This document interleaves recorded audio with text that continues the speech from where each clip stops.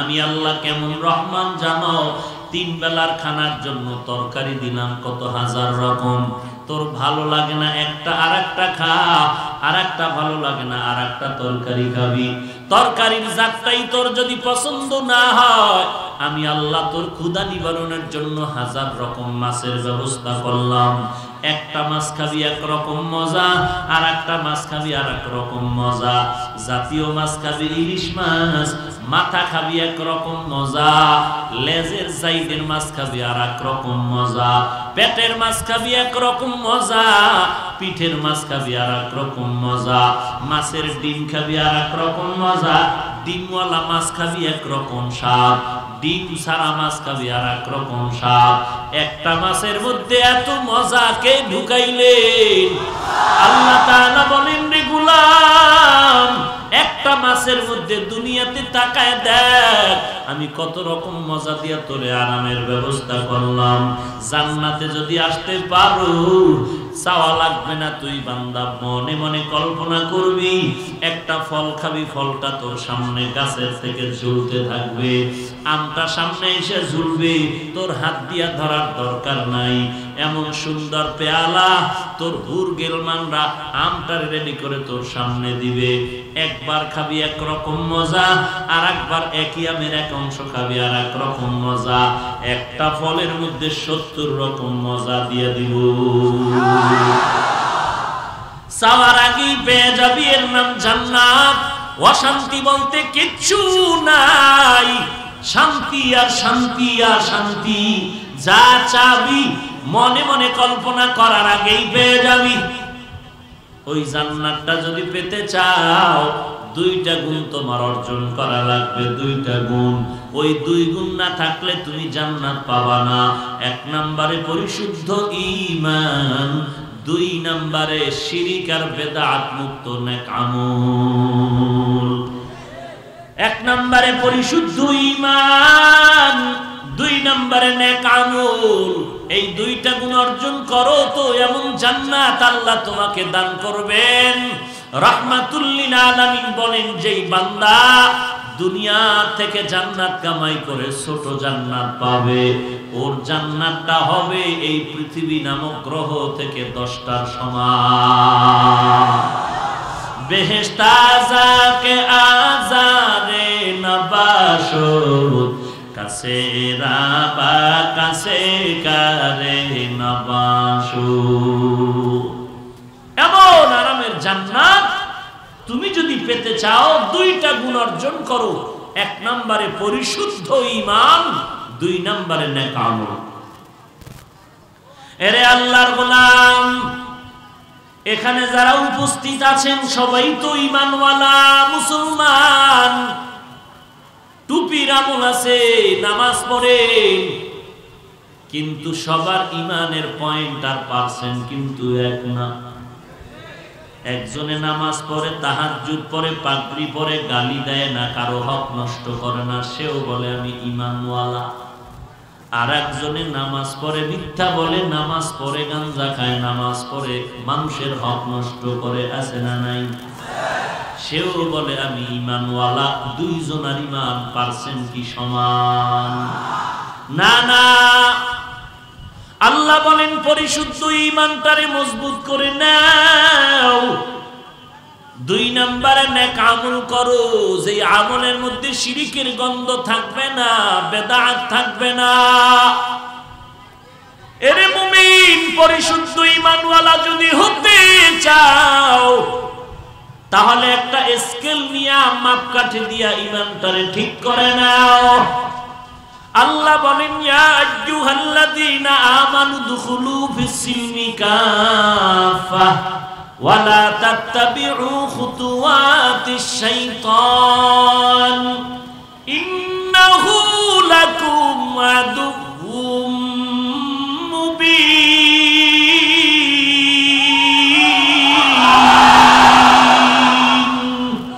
ই কালামে জিন্দা কুরআনে হাকিম, হিকমতে উলায়া জালাসতু কাদিম, জামিউল ইলম ফিল কুরআনে হাকিম, তাকাসারাত আনহু আফহামুর রিজালি। আমরা সবাই এক আওয়াজে স্বীকার করলাম জান্নাত চাই কি চাই না? আল্লাহে মেহেরবানি করে আপনি আমাদেরকে জান্নাতের মেহমান হিসাবে কবুল করে নেন। এমন এক জান্নাত আল্লাহ আমাদের দান করবেন। এই জান্নাত কত আরামের, কপাল যদি খুলে যায় আল্লাহ তাআলা মরণের কালেও কত জান্নাতি বান্দাকে জান্নাতের ছবি দেখায় দেয়। কপাল ভালো হতে হবে, বুঝেন নাই? ভালো কপাল। এরে নবীর উম্মতের দল, ভাগ্যবান ঈমানওয়ালা যদি হও, আল্লাহ মরণের সময় জান্নাত কি পাইবা তুমি তা দেখায় দিবেন। আর খারাপ কপালওয়ালা যেই জাহান্নামে যাবে তাও আল্লাহ দেখায় দিবে। দুনিয়াতে বহু ঘটনা আছে, আল্লাহ তাআলা বান্দাকে ঘুমের ঘরেও জান্নাত দেখাইছে। কথা বুঝেন না? ঘুমের ঘরে জান্নাত দেখছে। চান কপাইলে না? আপনারাও তো দেখতে চান, চান না? কিন্তু দেখার জন্য যে কাজ দরকার তা তো নেই। এরে আল্লাহর গোলাম, ওই জান্নাত যদি দেখতে চাই দুইটা গুণ অর্জন করো। এক নম্বরে পরিশুদ্ধ ঈমান, দুই নম্বরে নেক আমল। ওই জান্নাত কপাল থাকলে দুনিয়াতেও দেখাইবেন। আমি ঘটনাটা প্রায় সময় বলি, আল্লাহ কেমনে জান্নাত দেখায়। সামান্য একটু নেক আমলের বিনিময়ে আল্লাহ তাকে ঘুমের ঘরে জান্নাতের সুসংবাদ দিয়েছে। এই সুসংবাদটা কেমনে দিছেন? মদিনার রাসূল এসে দেখায় দিয়েছে। কেমন কপাল! সেও তো মানুষ, আমিও মানুষ। ঈমানটারে মজবুত করে নাও হে ভাই। মনে মনে ভাবতেছি ঈমানটারে পরিশুদ্ধ করলে বুঝি স্বাধীনতা হারিয়ে ফেলবো, হুজুরদের কথা মানলে বুঝি বিপদ। এরে আল্লাহর গোলাম, মাদ্রাসায় লেখাপড়া করেছি, কোরআন পড়েছি, টুপি পরেছি, দাড়িটা লম্বা করেছি, লম্বা জামা পরেছি। কত মানুষ আমাদের গালাগালি করতো, বাহিরের না নিজস্ব কত ফ্যামিলির লোকেরা বলতো আব্বাকে এর মাদ্রাসায় পড়ায় লাভ নাই, চাকরি নাই, খাইবে কি? এরে নবীর উম্মতের দল, শ্রীনিবাসী এলাকার হাজার হাজার হাজার মানুষের মধ্যে কোন বাঘের বাচ্চা থাকলে দাঁড়াও, চোখের সামনে দাঁড়াইয়া একটু বলো আল্লাহর কোরআন পড়ার কারণে এই জমিনে কোন কোরআনওয়ালা না খেয়ে মারা গেছে? গেছে কেউ? এরে নবীর উম্মতের দল, কোরআন এমন এক দামি সম্পদ। এই এলাকায় তো ঘরের অভাব নাই, বিল্ডিং এর অভাব নাই, তবে কোরআনওয়ালা মাদ্রাসার যত দাম, এত দাম একটা বিল্ডিং এরও নাই। আছে? এখানে বহু মানুষ বসে আছে, আল্লাহর কোরআনওয়ালা বান্দার যত দাম, এমন দামি ময়দানে আর কারো হতে পারে না। এরে মুসলমান নবীর উম্মত, কোরআনটা কেমন দামি! একটা সামান্য নরমাল কাপড়ের দাম নাই, কোরআনে লাগলো গিলাফ নাম হলো, দাম বেড়ে গেল। কাঠের চেয়ারটার কোনো দাম নাই, কোরআনের সাথে যখন লাগলো রেহাল নাম হলো, দাম বেড়ে গেল। এই কোরআন যেই মাদ্রাসায় ঢুকলো তার দাম বেড়ে গেল। আল্লাহর কোরআন এমন দামি, যার মধ্যে থাকবে সে হয়ে যাবে দামি। এই কোরআন এমন একটা কিতাব, শুধু যদি কোরআনটা খুলিয়া তাকাইয়া তাকাইয়া দেখো তাতেও আমলনামায় সওয়াব। এই কোরআনের পাগল একজন আশিকে রাসূল, নবীজির মুহাব্বত অন্তরে ভরা, কিন্তু নবী পায় নাই, দেখে নাই। নফল রোজা রাখছে আল্লাহর মহব্বতে, নফল রোজা, ফরজ না, ফরজ তো এমনিই রাখে, আজকে নফল রাখছে। নফল রোজা রাখার পর শুধু একা রাখে নাই, তার স্ত্রীও রাখছে, ছেলে মেয়ে সবাই, ছোট বাচ্চাও রোজাদার। এর এলাকার মুসলমান ও পর্দার আড়ালের মা ও বৃদ্ধ বাবাজি ও যুবক, আমার আব্বা জান মাদ্রাসায় পড়ে তেমন বড় আলেম হতে পারেননি, কিন্তু কোরআনওয়ালাদের সোহবতে থাকার কারণে আমাদেরকে ছোটবেলা থেকে এত মজবুত করেছেন। 6 বছর থেকে একটা রোজাও ভাঙা হয়নি। আর আপনার ছেলে বিএ পাস করেছে, একটা রোজা রাখার কোনো চিন্তা নাই বাবার। মা মাঝে মাঝে কয় উঠে সাহারি খায়, একটু রোজা রাখ বাবা, খবরদার রোজা রাখলে আমার বাবার শরীরটা নষ্ট হয়ে যাবে। বলেনি? এরে নবীর উম্মতের দল, ঘরের মা বাবা ছোট ছোট বাচ্চাগুলো রোজাদার, কিন্তু এই রোজাদার ব্যক্তি রোজা তো রাখলো, বিকাল বেলা মাথা গরম হয়ে গেল, ইফতারির আয়োজনের টাকা নাই, আমার সন্তানরে কেমনে ইফতারি দিব? আমি আর আমার স্ত্রী এক গ্লাস পানি পান করিয়াও তো ইফতারি করতে পারবো, কিন্তু বাচ্চাগুলোর কিছু না দিলে আমাদের লজ্জা। টাকা নাই, ঘরেও টাকা নাই, নিজের কাছেও নাই, বিকাল বেলা ইফতারির সময় কম। হঠাৎ করে চিন্তা করে দেখলো আমার জাতি ভাই মুসলমান, একটু গিয়া দেখি একটু সহযোগিতা পাই নাকি। পাশের বাড়িতে ধনী মানুষ মুসলমান গিয়া বলে ভাই আমারে কিছু টাকা দাও। বলে কেন? বলে আমার ঘরের বাচ্চাগুলো রোজাদার, আমি আমার স্ত্রী রোজাদার, তুমি যদি আমারে টাকা ধার দাও আমি আবার সময় মতো দিয়া যাব, ইফতারির আয়োজন হবে। অহংকারী মুসলমান ধমক দিয়া তারায় দিল, যাও কোনো টাকা দেওয়া হবে না। মুসলমানের চোখ থেকে পানি বের হয়ে গেল। আবেদ বান্দা এবার ফিরিয়া ফিরিয়া যায় রাস্তা দিয়া, চোখের পানি পড়তেছে। অপর দিক থেকে আসতেছিল একটা বিধর্মী আল্লাহর বান্দা, মুমিন মুসলমান না। তাকাইয়া দেখে ওই বান্দার চোখে পানি, সামনে দাঁড়ায় বলে ভাই দাঁড়াও, তুমি কি মুসলমান? বলে হ্যাঁ। তোমার চোখে কেন পানি বলো? বলে আমি তোমাকে বলে কি লাভ, তুমি তো আমার জাতি ভাই না। বলে জাতি ভাই যদিও না হই, তবে একটু যদি পারি উপকার করতে পারি, বলো কি সমস্যা? বলে আমার মুসলমান জাতি ভাইয়ের কাছে গেলাম, আমার ঘরের সবাই রোজাদার, আমি টাকা ধার চাইলাম, আমারে দিল না, বরং উল্টা ধমক দিয়া তাড়ায় দিল। বিধর্মী লোকটা ডাক দিয়া কয় ও মুসলমান ভাই, মনে যদি কিছু না নাও, আমি তোমাকে কিছু টাকা ধার দিলাম, পারলে দিও, না পারলে কোনো দাবি নাই। মুসলমান চিন্তায় পড়ে গেল, বিধর্মী টাকা নিয়ে কি বেজালে করি না কিনা। লোকটা এমন মজবুর করলো, মুসলমান টাকা নিয়ে ইফতারির আয়োজন করলো, ইফতারি নিয়ে সন্তানের সামনে রেডি করলো। ইফতারি সামনে নিয়ে দোয়া করলে একটা কথাও আল্লাহ খালি ফিরায় না। মুসলমান আবেদ সন্তানদের নিয়ে মোনাজাত করলেন, আল্লাহ আজকের আমার জাতি ভাই মুসলমান ভাইটা আমারে টাকা চাইলাম দিল না, ও মালিক তুমি জানো এর মধ্যে কি খায়ের আছে, কি ভালাই আছে। এক বিধর্মী আমাকে ইফতারির টাকার আয়োজনের ব্যবস্থা করলো, আমি ওই বিধর্মী লোকটার জন্য তো কোনো দোয়া করতে পারি না, সে তো মুসলমান না।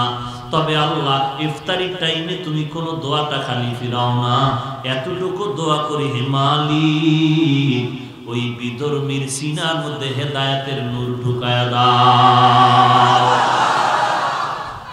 আল্লাহর বান্দা ইফতারি নিয়ে দোয়া করেছে, আরশ পর্যন্ত দোয়া চলে গেছে। এই দোয়া তো খালি ফেরত যায় না রে মুমিন। রাতের গভীর ওই অহংকারী মুসলমান রাতের বেলা ঘরের মধ্যে ঘুমায়, ঘুমের ঘরে স্বপ্ন দেখে কিয়ামতের ময়দান কায়েম হয়ে গেল, মাথার উপরে সূর্য, জমিনটা তামা, অপর দিকে জাহান্নামের আগুনের আওয়াজ,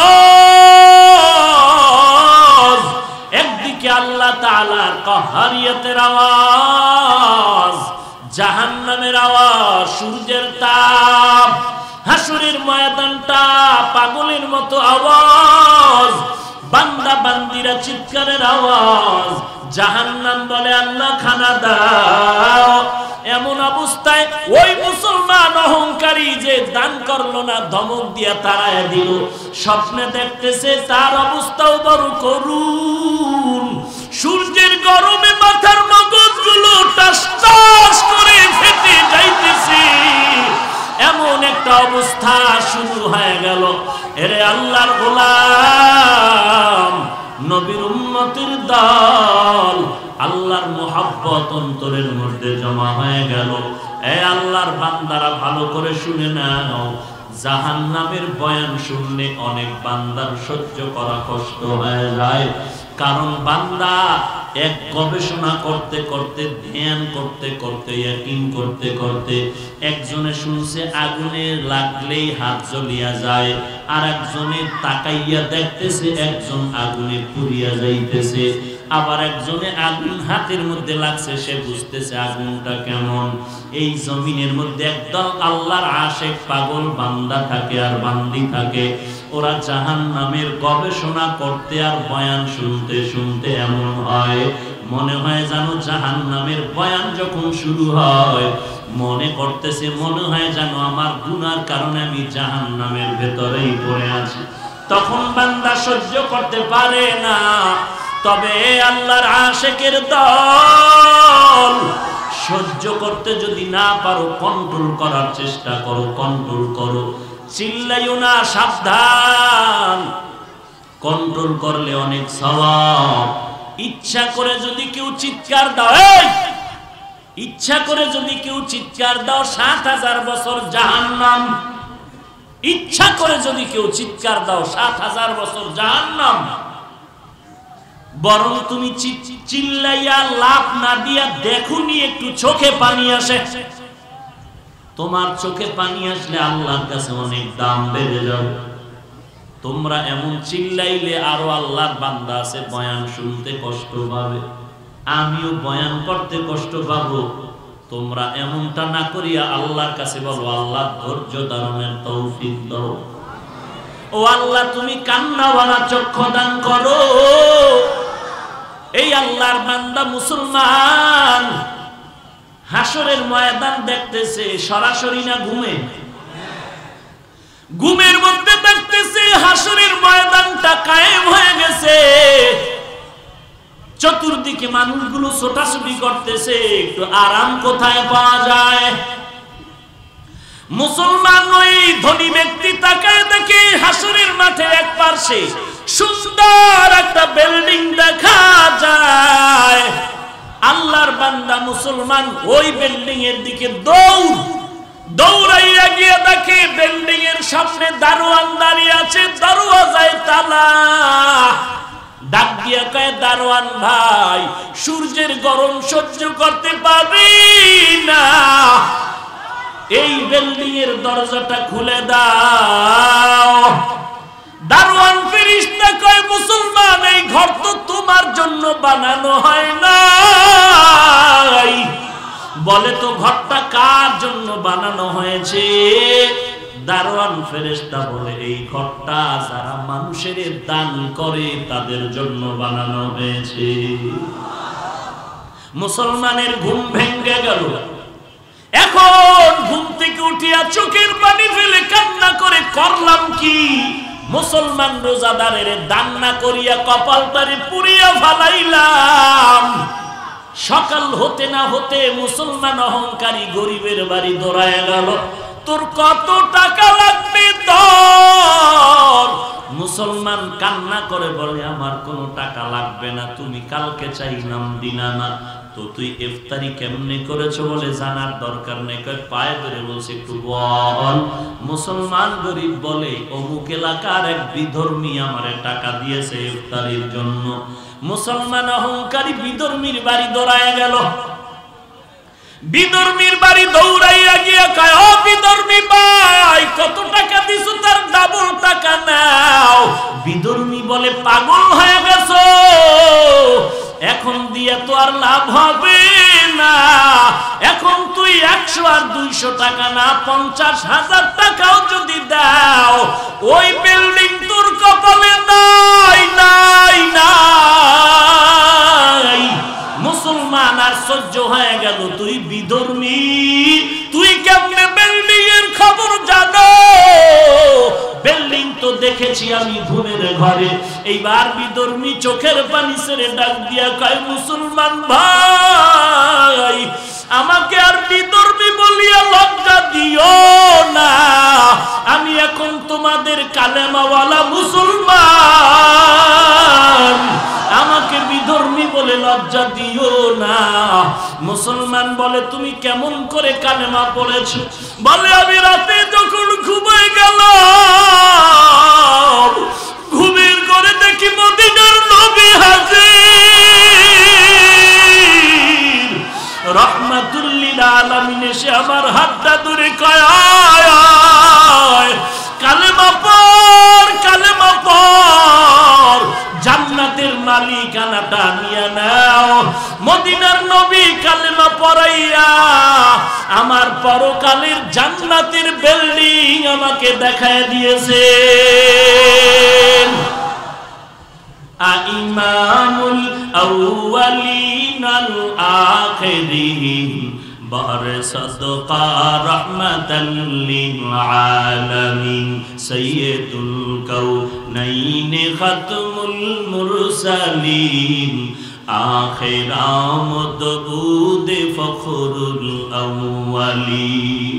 এরে নবীর উম্মতের দল, গরিবের তুচ্ছ মনে করিও না রে ভাই, বরং গরিবেরা নবীর হাদিস বলে ধনী লোকের 500 বছর আগে জান্নাতে চলে যাবে। কারণ ধনী লোকের টাকা বেশি, হিসাব বেশি, গরিবের টাকাও নাই, কোনো হিসাব নাই।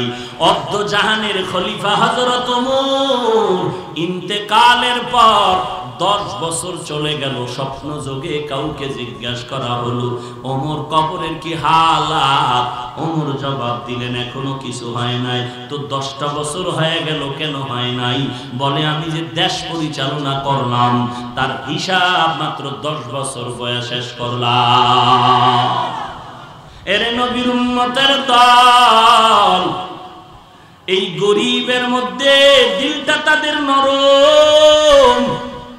আজকে তুমি কোরআন পড়তে চাও না, টুপি পড়তে চাও না, আফসোস করবা তাও না, বরং তুমি বাঁকা নজরে তাকাও। অথচ মাদ্রাসায় যারা লেখাপড়া করে, কত কষ্ট করে লেখাপড়া করে তুমি জানো না? ছোট ছোট বাচ্চাগুলো মা খানা খাওয়ায় দেয়, গোসল করায় দেয়, কাপড় ধুইয়া দেয়। সেই বাচ্চাগুলো মাদ্রাসায় আসার পরে নিজে খানা উঠায় খায়, নিজে গোসল করে, নিজে কাপড় ধুইয়া নেয়। 10টার আগে ঘুমাইতে সন্তান পারে না, বাড়ি থাকলে রাত সকাল সন্ধ্যা 8টায় ঘুমায়া যায়, সকাল 10টায় ঘুম থেকে উঠে। আর মাদ্রাসায় রাত 10টা পর্যন্ত কিতাবাদি লেখাপড়া করে, কোরআন পড়ে। আবার ফজরের আজানের 1 ঘন্টা আগে উঠা ঠান্ডা পানি দিয়ে ওযু বানায় আল্লাহর কালাম তেলাওয়াত করে।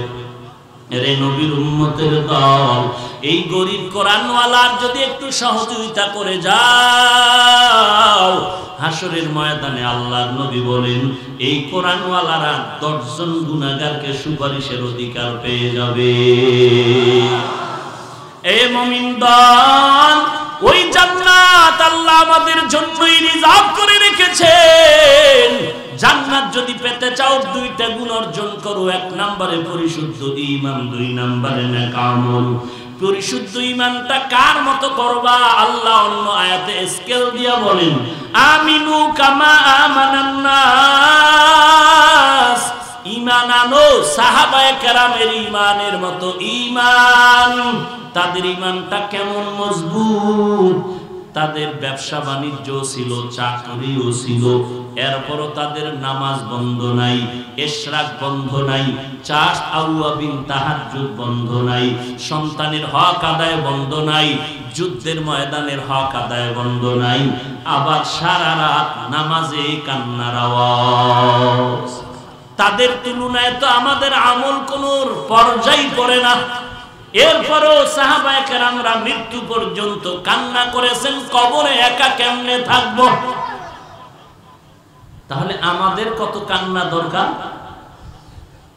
নামাজ পড়ি ঠিক, সূরা ঠিক নাই, রুকু ঠিক নাই, সেজদা ঠিক নাই, তো এই আমল দিয়ে আল্লাহর কাছে কি বলবো? আর সাহাবায়ে কেরামের আমল তো একুরেট আমল। আল্লাহ কোরআনে বলেছেন মুমিনের ঈমান যদি ঠিক করো সাহাবায়ে কেরামদের ঈমানের সাথে মিলাও। কত দামি তাদের ঈমান। গলায় ছুরি, ফাঁসির মঞ্চে দাঁড়াইয়াও বলে আমার আল্লাহ ছাড়া আমার আপন কেউ নাই। আফ্রিকার জঙ্গলের ওই বেলাল নবীর হাতে কালেমা পড়ার পর গরিব মানুষ উমাইয়ার বাড়ি চাকরি করে একদিন তাকায় দেখে বেলালের ঠোঁট নড়ে, কি যেন পড়ে। উমাইয়া বলে বেলাল কি পড়ো? বলে আল্লাহর নামের জিকির করি। উমাইয়া বলে আল্লাহকে রে? বেলাল বলে তোমাকে যিনি বানাইছেন তিনি হলেন আমার আল্লাহ। উমাইয়া বলে আর দ্বিতীয়বার বলবা না। উমাইয়া যত বাধা দেয় বেলালের জিকিরের আওয়াজ বেড়ে যায়। এক পর্যায়ে উমাইয়া বেলালকে শাস্তি দেওয়ার জন্য রশিতে পা বেঁধে ঘোড়ার পায়ের সাথে বেঁধে ঘোড়াকে গরম বালুর মধ্যে দৌড়ায়, আর ওই রশির টানে টানে বালুর মধ্যে বেলালও হেসরাচ্ছে। গরম বালুর তাপে বেলালের পিঠের চামড়াগুলো পুড়ে যায়। বেলাল আসমানের দিকে তাকায় কাঁদে আর বলে মালিক, দুনিয়ায় তোমার উপরে ঈমান আনার কারণে এই আযাব সহ্য করে নিলাম, সম্ভব করে নিলাম, তবে তোমার কাছে আবদার পরকাল জীবনে যেন জাহান্নামের আগুনে জ্বলতে না হয়, কারণ একটা সেকেন্ডের জন্য জাহান্নামের আগুন সহ্য করতে পারবো না। বেলালের এমন ভাবে প্রহার করে, আঘাত করে, বেলালের চিল্লানি আওয়াজ হযরত আবু বকর সিদ্দিক রাস্তা দিয়ে যায়, আর বেলালের কান্নার আওয়াজ শুনিয়া ডাক দিয়ে কয় উমাইয়া বেলালের আর মারিও না, বেলালের কান্না সহ্য করা যায় না, বেলালকে আমার কাছে বিক্রি করে দাও। বেলালকে বিক্রি করে নেয়। নবী বলেন আমাকেও তুমি শরীরদার বানায় রাখিও। কিয়ামতের ময়দানে বেলালকে আল্লাহ ডাকবেন, বেলালের খরিদ্দার কারা? আমি নবীও বলবো আমিও একজন আছি, কারণ এই বেলালের এত দাম, এত দাম। আমি রাসূল মিরাজে গিয়াও বেলালের হাঁটার আওয়াজ পেয়েছি। অতএব কোন মানুষটা চেহারা সুন্দর আল্লাহ তারে ভালো বলবেন না? না। কত মানুষ দেখবেন চেহারা ভালো না, জামা কাপড় ভালো না, কিন্তু তার অন্তরটা এত ভালো। ওই বান্দা রাতের বেলা জায়নামাজে বসে আল্লাহর সাথে কথা বলে। ও এলাকার মা বোনেরা, ও বৃদ্ধ বাবাজি, ও যুবক, বরিশাল কুয়াকাটা বঙ্গোপসাগরের এলাকার সন্তান আমি আজ আপনাদের এলাকায় মিথ্যা কথা বলার জন্য আসি নাই রে মা। আল্লাহর কোরআন পড়ে পড়ে আজ আপনাদের বয়ান করি। আপনাদেরকে একটু মনটা চায় না আপনি এমন একটা ছেলের বাবা হয়ে যান, আপনি এমন একটা সন্তানের মা হয়ে যাবেন, মরণের পরে সন্তান আপনার জানাজার ইমামতি করবে, মরণের পরে কবরের কিনারায় দাঁড়ায় সন্তান কোরআন তেলাওয়াত করবে, কবরটা জান্নাতের বাগান হয়ে যাবে। এর যুবক মনে মনে ভাবতেছো টুপি মাথায় দিলে মাথা গরম, ভাবনাটা তুমি ভেবেছো, আমি ভাবি নাই। ব্যাপারটা কিন্তু এমন না। আজকে তোমার পায়ে ধরে কত নরম ভাষায় বলি বাবা নামাজ পড়ো, তুমি পড়ো না। আর আমাকে যদি কোটি কোটি টাকা দিয়া বলে হাফিজ ভাই দাড়ি কাটো, নামাজ ছাড়ো, গলায় ছুরি আসবে, কিয়ামত হবে, জিন্দেগিতে নামাজ ছাড়া হবে না। ও বান্দা, আজকে তুমিও 3 বেলা খাও, আমরাও 3 বেলা খাই, তুমিও ঘুমাও, আমরাও ঘুমাই, তুমিও বাজার করো, আমরাও বাজার করি, তুমিও বিবাহ শাদী করেছো, আমরাও করেছি, তোমারও সন্তানাদি আছে, আমারও সন্তানাদি আছে, তুমিও বিদেশ সফর করো, আমরাও করি। বলো তুমি কোরআন হাদিস বাদ দিয়ে কত আরামে আছো, আর আমরা আল্লাহর কোরআন পড়ার কারণে কত কষ্টে আছি। একটু দাঁড়ায় চিন্তা করে বলো। যদি না পারো বালিশে মাথাটা লাগায়া যখন বাতি নিবায় দাও ঘুমানোর জন্য আধা মিনিট চিন্তা করো, মরণের পর তোমার কবরের হালাতটা কেমন হবে। এরে যুবক আল্লাহর গোলাম, আমি কিন্তু বলতেছি না তুমি আজ আমার মতো টুপিওয়ালা বড় হুজুর হয়ে যাও, না না। তুমি স্কুলে পড়ো, কলেজে পড়ো, ভার্সিটিতে পড়ো, চাকরি করো, ব্যবসা করো, বাধা নাই করো। তবে তোমার কাছে আমার বিনয়ের আবদার, নবীর আদর্শের মালা গলায় লাগাও, 5 ওয়াক্ত নামাজ পড়ো, মা বাবার খেদমত করো, আল্লাহওয়ালাদের দোয়া নাও, দেশের বিরুদ্ধে জাতির বিরুদ্ধে কোনো ষড়যন্ত্র করো না রে ভাই। আল্লাহর মোহাব্বত অন্তরে ঢুকাও। আমার দিকে না তাকাইয়া তোমার ডানে বামে তাকায় দেখো, কত তোমার আমার মতো যুবক স্কুল কলেজে লেখাপড়া করে, এক ওয়াক্ত নামাজও বাদ দেয় না, আছে না নাই? তোমার আমার মতো যুবক ড্রাইভারি করে, নামাজ ছাড়ে না, অভাব নাই। তোমার আমার মতো যুবক RAB, army, police, BDR, doctor, professor, engineer, সাংবাদিক, সাহিত্যিক, OC, DC, SP, IG, MP, মন্ত্রী মহোদয়, কলামিক, সাংবাদিক, দাড়িওয়ালা নামাজি আছে না নাই? তোমার আমার মতো যুবক এই 2500 বাজারে কোটি টাকার ব্যবসা করে, 1 টাকাও হারাম খায় না, আছে না নাই? এরে আল্লাহর বান্দা, হাসরের দিন যদি আল্লাহর কাছে বলো আমি ব্যবসার কারণে নামাজ পড়তে পারি নাই, তোমার এলাকার পাশের আরেক ব্যবসায়ীকে বলবে দেখ দেখ ওই বান্দা নামাজের সময় সাইনবোর্ডে লেখছে নামাজের বিরতি, লেখা শাটার নামায় মসজিদে গেছে, তুই কেন পারলি না? আল্লাহর কাছে তখন কি জবাব দিবা? কোনো জবাব তোমার থাকবে না। আল্লাহর কোরআনটা যদি মনে বলে সত্য, গুনাহ নিয়ে কবরে গেলে আযাব হবে তাও সত্য। ওরে যুবক আল্লাহর গোলাম, স্কুলে পড়ো, কলেজে পড়ো, ভার্সিটিতে পড়ো, চাকরি করো, বাধা নাই, তবে মা বাবার খেদমত করো, শিক্ষকের সাথে বেয়াদবি করো না, আল্লাহওয়ালাদের দোয়া নিয়ে চলো, দেশ ও জাতির পক্ষে থাকো এবং কোরআনটা শুদ্ধ করে পড়ো। স্কুল কলেজে পড়ার ফাঁকে ফাঁকে সহিভাবে 1 ঘন্টা কোন জায়গায় সময় দিয়া ইমামেরে পারো, মুয়াজ্জিনরে পারো, সময় দিয়া সহিভাবে কোরআনটা শিখো, 5 ওয়াক্ত নামাজ পড়ো, দেখবা তোমার লেখাপড়ায় বরকত হবে, দুশ্চরিত্রের রাস্তা থেকে তুমি ফিরে আসতে পারবা। বন্ধু আর বান্ধবীর আড্ডা থেকে নিজেকে বাঁচাও, আল্লাহর দরবারে তওবা করো। এর নবীর উম্মতের দল, এই জমিন থেকে 9 কোটি 30 লক্ষ মাইল উপরে সূর্য, রাতের বেলা সূর্য নাই, দিনের বেলা সূর্য ছিল, এখন এত গরম লাগে কেন? ফ্যানের বাতাসেও ঠান্ডা হয় না। আল্লাহর নবী বলেন এই সূর্য হাসরের দিন মাথার উপরে নেমে আসবে, গুনাহ নিয়ে যারা কবরে যাবে, নবী বলেন 2 পার্শ্বের মাটি চাপ দিবে, একটা বেতের বাড়ি আমার হাতে দিলে আমি সহ্য করতে পারি না।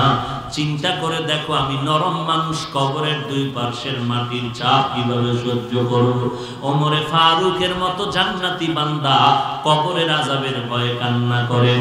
ওসমান রাদিয়াল্লাহু তাআলা আনহু নবীর সাহাবী এবং 2 মেয়ের জামাতা কবরের আযাবের ভয়ে কান্নার আওয়াজ। অন্ধকার কবরে আমি একা কেমনে থাকবো? এরে আল্লাহর বান্দা, কবরের আযাব বিশ্বাস করো না, এজন্যই তো আল্লাহ মাঝে মাঝে কবরে আযাব দেখায় দেয়। এই বাংলাদেশের ঘটনা, কত কবরের লাশ আগুনে পুড়তেছে দেখা যায়, আবার কত কবরের অবস্থাটা এমন জানলাম, কবরের মধ্যে লাশকে দাফন করিয়া সবাই যখন চলে গেল, রাত্র 1টার সময় দেখে খোয়ার গোয়াল ঘরে পার্শ্বে কবর, গরুগুলো রশি সিলিয়া অনেকে দৌড়ায় ছুটে গেল। এইবার আলেমদের জিজ্ঞাসা করলো, গরু চিল্লাইয়া দড়ি সিরিয়া পালায় গেল কেন? আলেম ওলামারা বলে নবীজির হাদিস, কবরের আযাব মানুষ আর জিনেরা দেখে না, বাকি সব মাখলুকাতেরা কবরের আযাব দেখে। মাঝে মাঝে দেখবেন কবরের দিকে তাকায়া কুকুর ঘেউ ঘেউ করে কান্না করে, ওরা তো কবরের আযাব দেখতে পায়।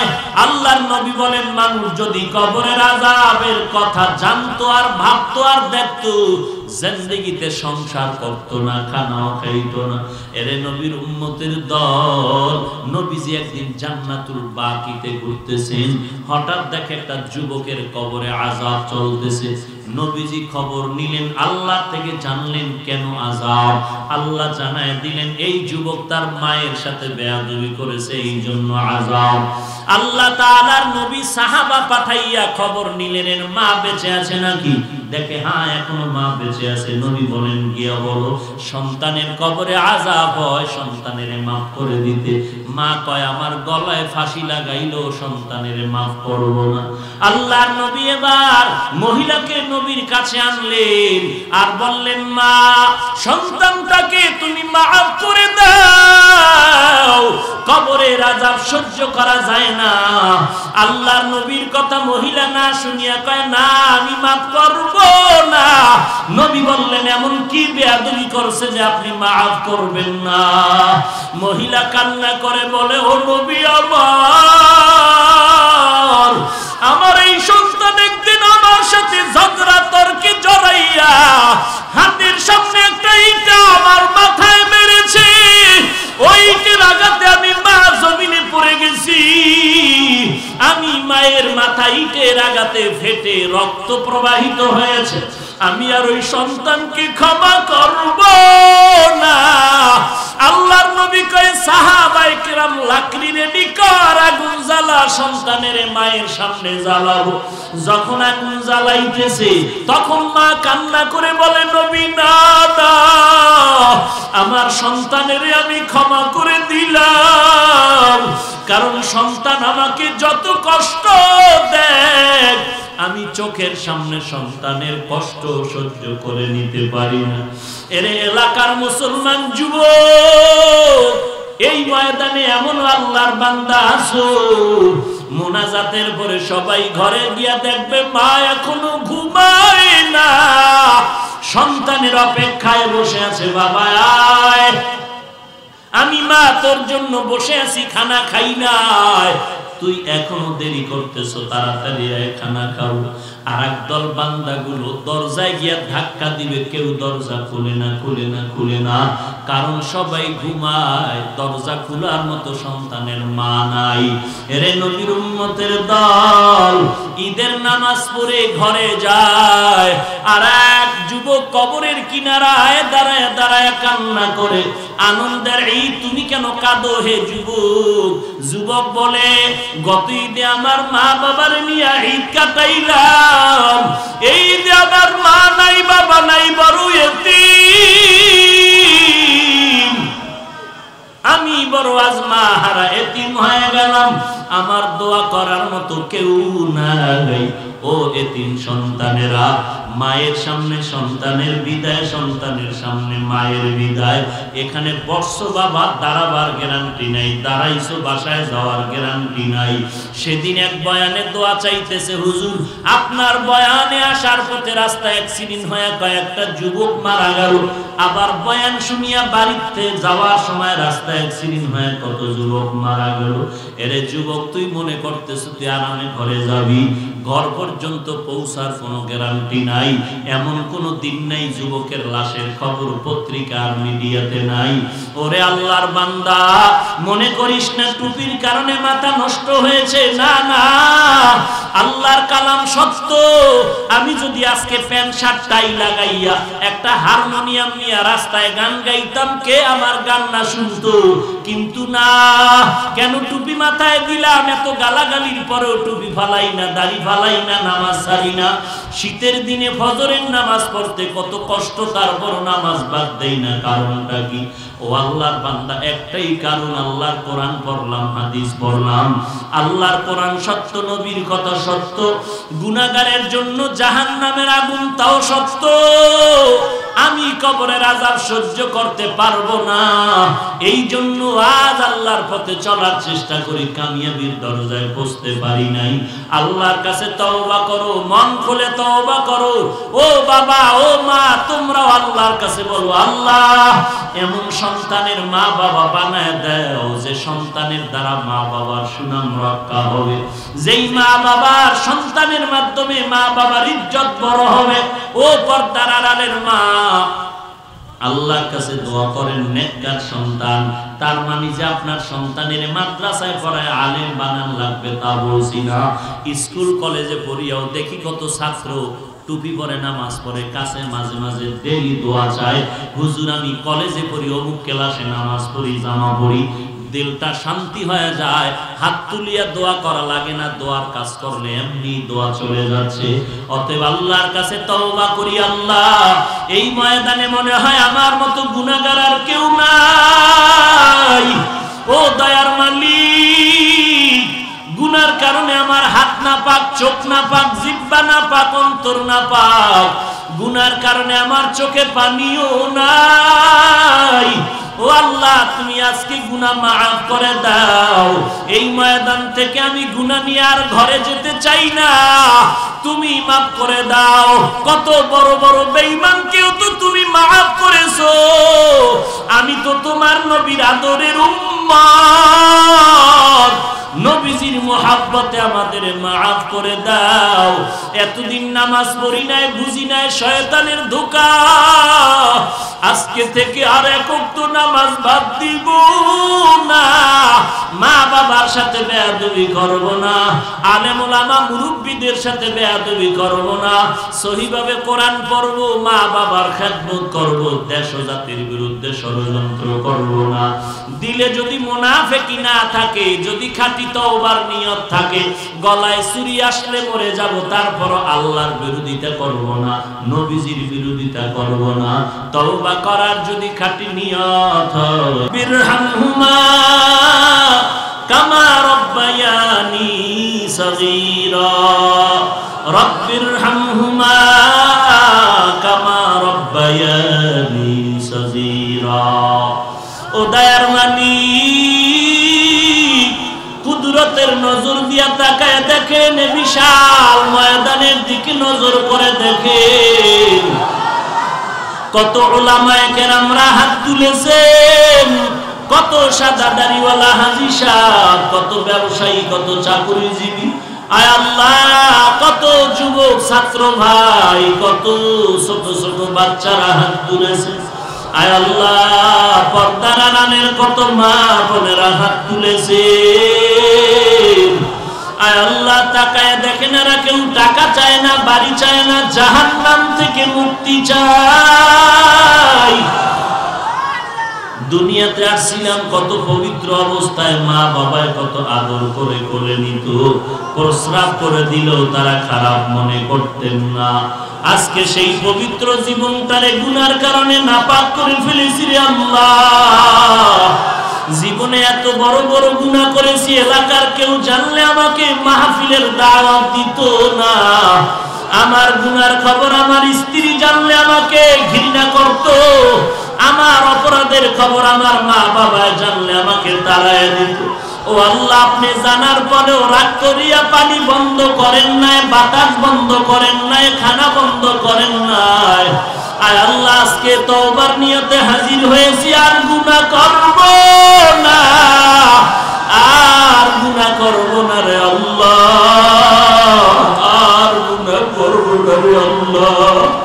আয় আল্লাহ, কবরের আযাব সইতে পারব না, কবরের দুই পাশের মাটির চাপ সহ্য করতে পারব না রে আল্লাহ। আয় আল্লাহ, যা কিছু করি না কেন, কোরআন সত্য, হাদিস সত্য, গুনাহগারের কবরে মরণে আযাব হবে তাও সত্য। শয়তানের ধোঁকার থেকে হেফাজত করেন আল্লাহ। আয় আল্লাহ, আর জীবনে নামাজ বাদ দিব না রে মালিক, আর মা বাবার সাথে বেয়াদবি করব না রে আল্লাহ। আয় আল্লাহ, তাকায় দেখেন উলামায়ে কেরামরা কি বলতেছেন। উলামায়ে কেরামদের আমিন কবুল করে নেন। আয় আল্লাহ, মুরব্বিদের আমিন কবুল করে নেন। আয় আল্লাহ, আমার কলিজার টুকরা যুবকদের আমিন কবুল করে নেন। আয় আল্লাহ, গুনার কারণে খালি ফিরাইয়া দিয়েন না। আয় আল্লাহ, আপনি যদি খালি ফিরাইয়া দেন আমাদের উপায় নাই। আপনি যদি খালি ফিরাইয়াই দেন, গফফার নামটা কেন রাখলেন, রহমান নামটা কেন রাখলেন? আমরা তো আপনার আদরের নবীর উম্মত, নবীজির মহব্বতে আমাদেরকে মাফ করে দেন আল্লাহ। মাহফিল কবুল করে নেন। আয় আল্লাহ, আয়োজনকারীদের কবুল করে নেন। সহযোগিতাকারীদের কবুল করে নেন আল্লাহ। আমার প্রত্যেকটা যুবকরে দ্বীনের খাদেম বানায় দেন। আয় আল্লাহ, সারা দুনিয়ায় শান্তি দান করে মুসলমানের ঈমান আমল ইজ্জতের হেফাজত করেন আল্লাহ। বাংলাদেশ শান্তির দেশ বানায় দেন। ইসলামের জন্য দেশ রক্ষায় যারা জীবন দিল তাদের মাফ করে দেন। এখনো যারা চেষ্টা করে কবুল করে নেন। প্রশাসনিকভাবে যারা কাজ করে দিনদার বানায় দেন। আয় আল্লাহ, জনগণের প্রতিনিধির দায়িত্ব যারা পালন করে, আয় আল্লাহ তাদেরকেও দিনদার বানায় দেন, নিঃস্বার্থ সেবক বানায় দেন। আয় আল্লাহ, স্টেজের মধ্যে কত আপনার বান্দা হাত তুলেছেন, এমপি মহোদয়, মেয়র মহোদয় সহ ওলামায়ে কেরাম, বিশেষ মেহমান সকলের আমিন আপনি কবুল করে নেন। আয় আল্লাহ, এলাকায় ঘরে ঘরে শান্তি দান করেন। মা বোনদের পর্দানিশী বানায় দেন, ছেলে সন্তান নেককার বানায় দেন। প্রত্যেকটা মা বাবাকে নেককার সন্তানের মা বাবা হওয়ার তৌফিক দান করেন। প্রত্যেক মা বাবাকে আদর্শবান সন্তানের মা বাবা হওয়ার তৌফিক দান করেন। আমার প্রত্যেকটা যুবকের মোবাইলের গুনাহের থেকে হেফাজত করেন, অসামাজিক কার্যকলাপ থেকে হেফাজত করেন। প্রত্যেকটা যুবকরে 5 ওয়াক্ত নামাজি বানায় দেন, সহিভাবে কোরআন পড়ার তৌফিক দান করেন। আয় আল্লাহ, সমস্ত